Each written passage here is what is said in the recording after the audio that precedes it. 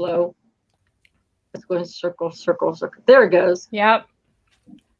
Now we're live. Yeah. Adventure in time and space. I'm here with Blue Bonnet Hoovian, and we're going to be talking and discussing about adventure in time and space. Sorry. See, that's what happens when you're live. We're going to be talking about Vincent and the Doctor. Sorry. Uh, get a little nervous here. Well, your thoughts about the show? I love it. I love this episode. I've probably watched it. I've lost count how many times I've actually seen this episode.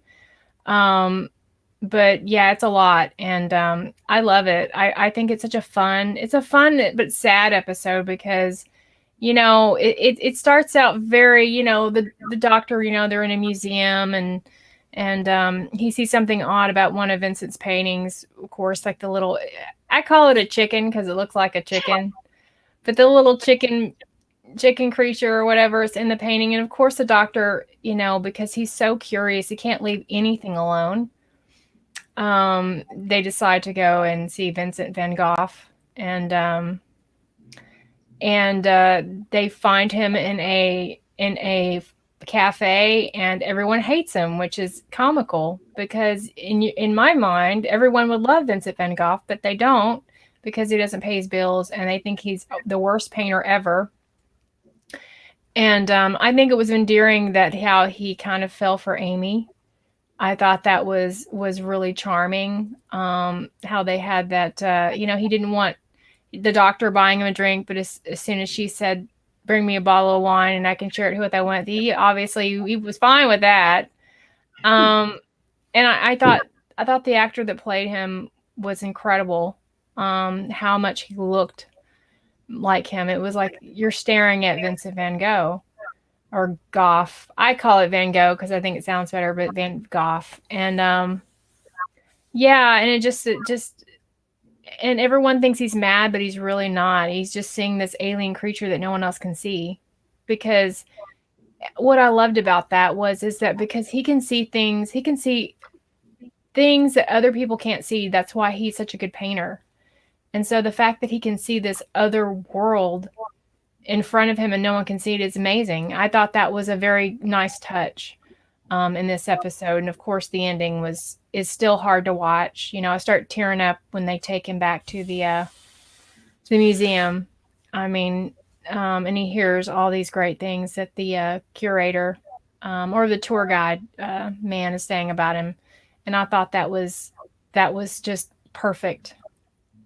So yeah, I love it, and I could probably talk about it all day. Yeah. Especially you being a Peter Capaldi fan. That's the reason why I picked Matt Smith, because Matt Smith's the Yeah. doctor. Like, so, but the reason why I picked this episode is because it is shows a lot of human spirit. It shows a Mhm. lot of, and how, like you said, how Vincent Van Gogh, whatever, he can see. I mean, when they were laying down there, Yeah, that's what I was referencing. Yeah. yeah, when they laying down there and you look up at the sky, you saw all these different things as though he's seeing it. You're seeing it through his eyes. Mhm. Yeah, he didn't fell for Amy when they got back. He said, "You're sure you're not the marrying kind?" He's, Yeah. I'm not, And yeah, the sad part is when they go back to that museum and how he gets teared up, saying this Mhm. guy, um, tour guide, whatever, mentioned how great of an artist he is and Mhm. all this and that, and taking his pain and putting it in and making these great paintings, using his paint to see the different colors and stuff like that, and Right. using it, and he tears up, and they think he's making them sad. It's like, no, they're happy tears because Yeah. he had a Because chance to see. he wouldn't have, if it wasn't for the doctor visiting, he wouldn't have ever known that. I mean, which obviously in real life he didn't, which is also makes it very sad because it's like one of those things like you'd want to see that. You would actually, that's why I think that hits people because Wow, what a wonderful gift that would have been if he'd have known that. Um, another thing that really got me, that made me tear up, is whenever they go back to the museum and Amy's thinking there's going to be a whole lot more paintings when they took them Mm-hmm. back. I'm going to start the day. I'm going to have my ease on my back. And they thought they came back and she thought, oh, we changed it. We're going to make him Mm-hmm. more paintings when they get there. And there is none. And she's looking all around. And you hear the tour guide say that he did commit suicide, and you saw how Amy teared up, and the thing that the doctor said about the good things and the bad things, and that speech that he says, Mm-hmm. it gets you. It's like he's saying the bad things don't really, take away the good things. Basically, is what he's saying is like, things happen, you know, but it's not the good stuff that he's done is not going to take away with what did happen. And Right. that's what I liked about it. But like you said, the funny part, the doctor offered to pay, but when Amy wanted the bottle of Mm-hmm. wine, I'll share it with whoever I want to. And that's when Van Gogh said, okay, you know, but Yeah, and it was kind of sad because you would think that people would think, oh, his paintings they're so beautiful, and they didn't see the beauty in them, and well, which see, was sad, you know. back then in the day and age, he probably wasn't a well-known painter like we He see all the, wasn't. and No. he was just an ordinary guy. And the one thing I really got to me is how come he could see that chicken type alien Yeah, and no one else could. That always, I always wondered how he was able to see it. because I think they kind of were trying to like show you toward the end when he said that he made them lay down. He had them lay down and look, and you could see how he was talking about the sky and how the different lights were coming through, and you saw like it looked like starry, starry night, the painting. So I think that's why, because he could see beyond what other people could see. You know, the mundane was beautiful to him. So he would be able, you would think that makes sense. And it made sense in the context of the show, because of he could see other things people couldn't see. And that's what I really like, that connection a whole lot. And I think I did take away that more this time. And I just never really thought about it. Um and when he did accidentally kill the creature, it showed he felt really bad for it. He felt a kinship to it, which was Yeah, endearing. that it showed that Vincent Van Gogh was sorry. He said, like he said, he didn't mean to harm it. Right. He and Right. you He could felt see, he felt a kinship with it because he understood how the thing felt. And so I think that's why he could see it, you know. Um but yeah, yeah, this is how a good historical episode should be done. It's entertaining, it's fun, it's sad. It has every element, and it's just the right amount of time. Like they didn't like the episode was long enough um to get the points across to where there was not one boring moment in the episode. This is how you no, do a there was, Doctor Who episode, a historical one. yeah. I mean, we don't really see much, even in the classic episodes. There's not very many post. Now we see in William Hartnell, Yeah, well, there was his more. episode Yeah, there was a lot more. historical. But I have never saw in the other doctors that they did a historical Well, they episode. they do, like Tennant has some. The Tennant has one with Shakespeare, and then Eccleston has one with Dickens. I mean, there are some, but now it's much. Vincent has a lot more, but they're just really bad. So, it, Yeah, you know, this is I how would you like, do it, though. If you're gonna I do a would like, historical episode. I would like to see more stories done like this, Hmm. because the kids will actually see what what went on at the time in this story. And like I said, I mean, well, I'm going to say this: Matt Smith was 26 when guys got this role, and when he got the role, he studied and watched. watch the doctor, and he nailed it out of the park. I mean, even some of the episodes that weren't so good, you could see he did his best to make them, Well, yeah. I kind of mean, like I think all the doctors do that. I think this is his best performance in Doctor Who, and I think it really is. I think the writing was good, and and his acting on his part was good. I think everything about this episode is just so good. It really is. To me, it's the best of his era. The number one, and I mean, there's other good ones, but this to me shines above all. And it's kind of to me, Tennant has his midnight episode, which is kind of, in my opinion, Tennant's best. This is kind of like his, in my opinion, but that was a scary one. Yeah, that one was a little bit scary in a way. No, it was different, but I'm just saying, as far as the acting and as far as the story and how it is engaging, I think this is very similar to that. It's a different type, but it's very similar. How it flows, how it's not boring, how there's always something going on. It's engaging. It keeps your attention, holds your attention. Mm-hmm. Like you're sitting on the edge of your seat wondering what's. But this episode is a tissue user. Yeah, especially toward the end. The very end, the very last scene is the scene that it always, like, I think, okay, this time I'm probably not going to. I've seen this episode so many, but it's like you're going to tear up at least. It's like these episodes you can watch over and over and over again, and you never get tired of them. Right. I mean, I can watch this episode over again, like Day of the Doctor. I can watch it over again. Yeah, there is certain episodes like Heaven Sent. I can watch that episode all the time, and that was to me, that was the best in Capaldi's era. They always have one that just stands above the others, So,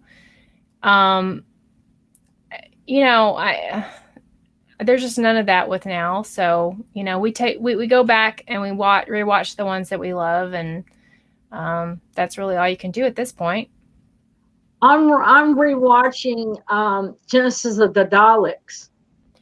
Yeah, that's a really good one. I'm going to do Planet of the Spiders watch review, because I watched That's a good one. That was the last John Pertwee. I did watch. I did watch. I rewatch. I haven't done the video yet, but I did a rewatch of a Davidson episode that I forgot that I really, really liked. Was Modern Undead. I was really I've forgotten how much I really liked that episode, and so that was a good one. That was a good rewatch, because the Castrovalva one I watched, I didn't enjoy at all. I've seen that one. It's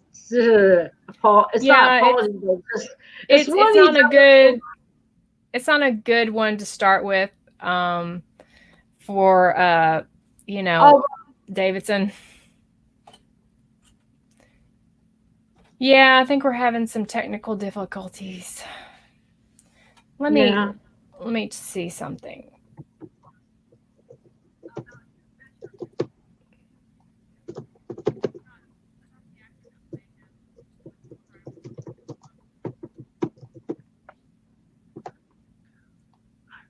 Yeah, it's an error. But I think it will play back once we're done with the stream. I've been in some live streams, and they would be buffering on me, so yeah, I think it happens. I think it happens sometimes, unfortunately. Oops. Sorry about that. Sometimes you click something and the sound just goes up really high. So yeah. So. But anyway, this episode dealt with a little bit of the mental illness in such a subtle way. Mm-hmm. It showed you it dealt with depression, which Vincent had, all the certain things that he was dealing with. I like the part where his brother was always sending him doctors. Oh, yeah. Doctor introduced him to a doctor. he said my brother's always sending me doctors, and then after they took him back in, then they came back. He says, "You're the first doctor that made a difference in my life." So I thought that, but like I said, this episode really covered on very subtle type of mental illness, basically. And I like that. It just letting people know that, we're only human and we have all these, and even though the doctor is, supposedly, you know, able to, you know, think and do things and work his way through. I mean, I wouldn't say he knows it all, but Mitt came across more, you couldn't see it, but he did have a compassion for Vincent, you Yeah, he know. did. I mean, that's the way you do it. Yeah, and Um, I would so agree with that. yeah, because it showed another side of the Doctor in a way, as we've seen in other episodes, even in the classic episodes. It showed a caring side to someone, and also he also saw how Vincent was struggling emotionally, basically. Yeah, Whenever I think there was things people didn't understand back then about depression, and they, he thought he was mad, but really in reality he was just he had some problems. He had some depression. Um, he had some things he couldn't cope with. So there was a lot of um, people misconstruing him back then, I'm sure. So I think the doctor was trying to to show him that he wasn't crazy. yeah, He just had a different way of looking at things. there was a So part where he was laying in the bed, all curled up, and yelling at the doctor to leave him alone and all that stuff. Sorry, my phone's ringing. I'm not going to answer it. it's okay. It's the Doctor Who theme song. It's better ringtone than the normal ringtones you get with it. Yeah, So this, I could have turned it on vibrate, but I forgot to do that. it's okay. But like I said, this episode was also lighthearted in a way too. Yeah, it You know, was. it showed a lot of different sides that you normally don't see in Doctor Who shows. You know, basically in this with the new Doctor, who we don't really care for. I mean, Yeah, I think that the problem was is that they're trying to hark on the fact that the doctor is alien, but there's a time and place for that. And I think people like Capaldi knew how to, yes, he was grumpy and he had that alien side, like talking about how he needs Clara as his care so he doesn't have to. The he knew when they knew when to do that and when not to do it, and I think that's the difference between these. I think it's really unexperienced on these writers' side because they don't really understand the character and they don't understand to write sci-fi. So I'm not saying that this was a purposeful thing to offend anyone, but I think that that's just inexperience and not really understanding the character of the Doctor of when he knows when to pull that back, or they know when to pull that back and when to use that. And in that episode which we're referring to, they made a blunder in that, I think. You know. yeah, in a sense, the Doctor's not really awkward, but in some situations you can see he's, there's times where he felt like an awkwardness, but Right. But the line it came across not awkward, it came across very uncaring. And so I think that's just writers that don't really have the experience with writing Doctor Who and really understand the Doctor. And if you don't understand the doctor can show empathy. The doctor can give good advice. The doctor has. Um, I think some of the hardness is just a facade. Honestly, yes, he's an alien, but I think he's more. I think, and I'm going to continue to call him he because that's how I look at it. That's how we always look at it. Yeah, I think he is more human. He has become more and more that way. So I feel like you can't really use the Colin Baker type of doctor and try to implement that on her, because I think the doctor has grown and changed to some degree. Um, Even with Capaldi, even though he was grumpy, I don't think in his era, I don't think that would have been written that way. But that's just my opinion. And neither is Smith either. Smith was much less that way. But yeah, even him, like, even as socially awkward that he could be, there's no way that that would have been written that way. But Yeah. Well, is there anything that you're going to be putting out, or anything you're going to be uh, covering? yeah, I'm going to do a doctor rewatch of like I was saying, Madra and the Undead, the Davidson era, which I really liked, and I'm going to be doing that hopefully this weekend. Heck, it's almost Friday. I just can't believe it. And whatever else strikes my fancy, there's some articles we're going out there that I'm just dying to do some videos on. And so yeah, I've done a couple. I've done the Build a Bear one where they that article with that stuff. I saw that in one of the Facebook groups. I'm like, Mhm. oh my God. I just want to know where the Tom Baker one was. No, now David Tennant, I have no problem, but seeing the Jodie one, I'm like, oh my Well, word. I fine, make her, but at least have a classic doctor.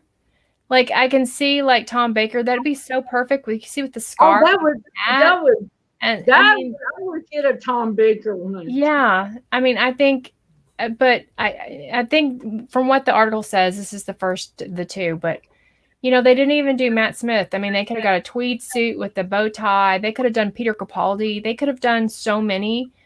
Yeah, but And I'm, David Tennant and Jodie Whittaker. So it's like, because I understand David Tennant because he was one of the most popular doctors, but I think that they're just trying to get people to buy her merchandise, and they'll think kids will buy anything, even if they don't know what Doctor Who is, and that's what I think they're hoping for. and I think that's kind of what they're hoping for, and well, I mean, we'll see. But anyway, that's up on my page, and whatever else strikes my fancy, you never know. I may do a live stream on Saturday. I don't know. So, well, you want to give a shout out for your channel? I'm just BlueBonnetWhovian on YouTube. Also have a Facebook group now, BlueBonnetWhovian, Doctor Who 1963 to 2017, and you'll find me on Twitter. Okay, I'm going to give a shout out to not my Doctor Who. They have a Facebook page. They also have a YouTube channel, and they go live streams on Friday at 8 p.m. UK time.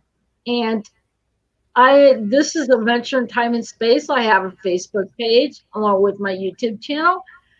So please like, sub, and share the videos, everything. Don't forget to click notify so you can know of our videos that I put up, any live streams I do that I have going to be going on. Is leave a comment. Let me know what you think.